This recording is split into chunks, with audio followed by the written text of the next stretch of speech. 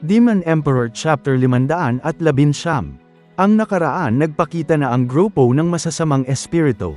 Humingi naman ng tulong ang mga puppies ng Luzon kay Gus Santos. Sinabi naman ni Gus Santos siya na bahala sa lahat. Dahil yan naman talaga gagawin niya kaya siya nandyan. Nagpapatuloy. Nawasak yung masamang espiritu sa isang tira lang ni Gus Santos. At isa-isa na silang itinumba ni Gus Santos.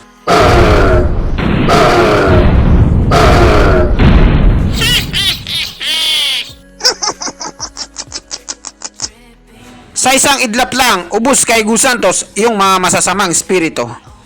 Naubos na yung mga masasamang espiritu! Pagkakataon na natin to! Lusob! Umatake na nga ang totoong pwersa ng hukbo ni Chupa. Nabigla naman si Tianping dahil naloko sila ng hukbo ni Chupa. Pain lang pala yung naunang lumabas. Hindi maaari ito. Pain lang pala yung nauna. Ito ang totoong original na hukbo ni Dugo. Iron Backwolf, Steel Armwolf, pigilan niyo sila. Opo, sir! Opo, sir. Opo, sir! Bago pa sila makagalaw sa kinatatayuan nila, nasa tabi na pala nila si Gus Santos, batang makulit. Ang bilis ng batang to. Nagsimula na siyang mag-ipon ng aura.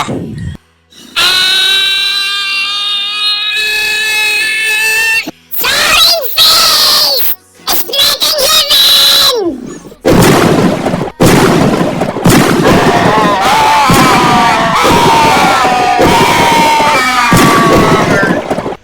Sa lakas ng pag-atake ni Gus Santos, napulbos lahat yung dalawang grupo. Hindi makapaniwala si Tianfeng sa nakita niya. Napanganga na lang siya. Paanong nangyari yun? Imposible. Ang hukbo ni Dugo hindi ganun kalakas kahit nasa pinakamagandang kondisyon na sila. Paano niya nawasak agad ang dalawang grupo ng mga tuta? Hindi kaya? Nakita niya si Gus Santos na lumilipad sa ere at sa baba niya ay mga nasusunog na bangkay.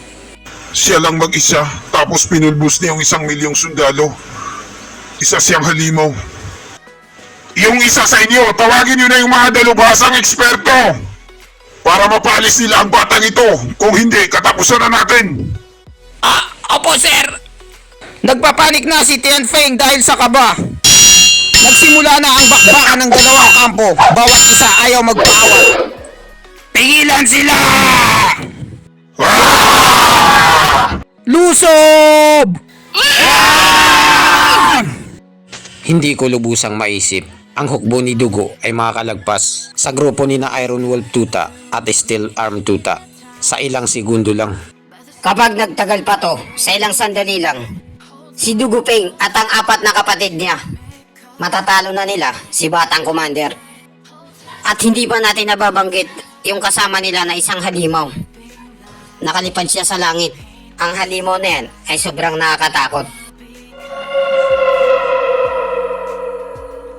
Nakatayo at natutulog sa ere si Gus Santos. Nilalasap niya ang kagandahan ng peace of mind. Biglang may lumapit sa kanya at naputol ang kanyang masarap na tulog. Ikaw na naman! Sino kaya itong tinutukoy ni Gus Santos? Si maskaradong bandido lang pala at nagtawag pa ng dalawang kakampi. Nung huli nating pagkikita, pinalagpas kita. Ang tapang naman ng bayad mo para bumalik ulit. Ngayon, sisiguraduhin ko na ito na ang magiging kamatayan mo. Gus Santos, isa lang ang rason kaya ako nandito. Dahil ngayong oras na to, pumunta ako nakahanda sa laban natin. Tumingin ka sa paligid mo. Lahat sila ay mga matatandang kaibigan mo. Nakikilala mo ba sila? Pinagtutripan ata ni maskaradong bandido si Gus Santos dahil napakatanda ng dalawang ito para maging kaibigan ni Batang Makulit. Mga mukha na silang senior citizen. Wala akong oras sa mga basura. Wala rin akong oras at panahon para sayangin sa mga hindi kilalang tao. Hanggang ngayon matalas pa rin ang bunganga mo. Naglaban tayo ng sobrang hirap. 300 taon nang nakalipas. Sobrang haba na ng panahon. Ang kagalang-galang na si Sir Gus Santos gumaganap bilang banal na dragon. Pero kinalimutan mo na kami, ang iyong mga matatandang kaibigan.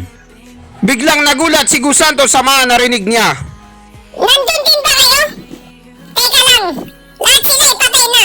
Paano nangyaring kayong dalawa ay buhay pa? Ha ha ha! yabang mo? Dahil nakalimutan mo na sila, hayaan mong ipaalala ko sa'yo.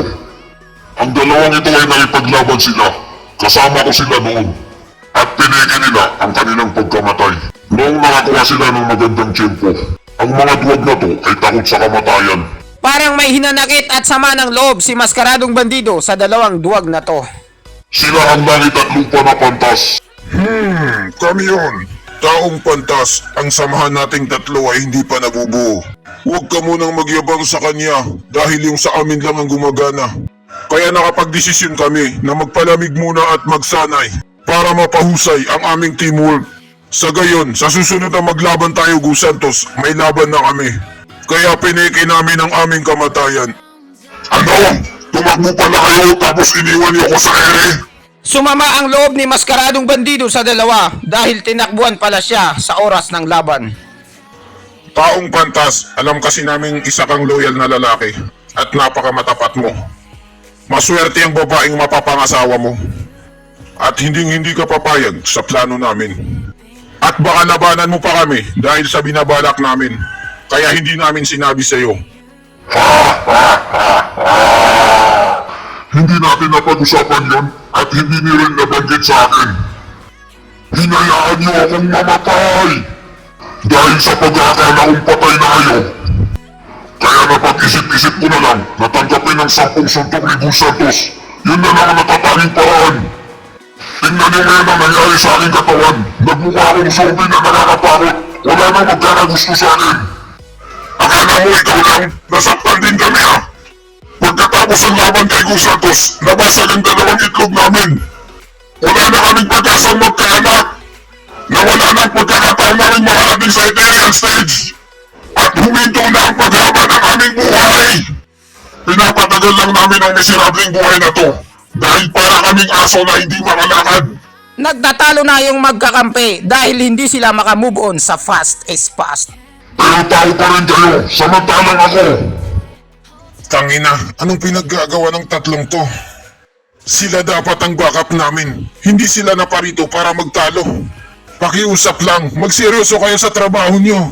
Sa oras na matapos kayong magbungangaan dyan, lahat ng tauhan ko ay ubus na. Bilang masamang espiritu, ganito na lang ako habang buhay. Pagana-gana. Kailangan ko pang kumain ng kaluluwa para mabuhay. Mahiya naman kayo. Hindi ako matatawag na tao o kaya naman kaluluwa dahil isa akong kasuklam-suklam. Ngayon natatandaan ko na kayong tatlo. Hindi pa pala kayo patay. Lahat ng gusto kong taong mamatay ay buhay pa.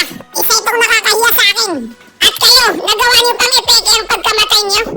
Wala yung pinagkaiba sa panloloko sa akin. Kayong tatlo na mga bulok na cheater. Isa lang ang nararapat sa inyo. At wala nang iba kundi kamatayan. Langit at lupa na pantas, tigilan muna natin ang pagtatalo ngayon. Mag-focus muna tayo sa pinapatrabaho sa atin. Ito na ang oras para tapusin natin ang nasimulan natin 300 taon nang nakalipas. Ang samahan natin ay perpekto na. At ang batang yan ang pinakamagandang pagpraktisan. 300 taon nang nakalipas. Talunan kayo sa akin. Pagkatapos ng 300 taon, wala rin pinagkaiba. Talunan pa rin kayo.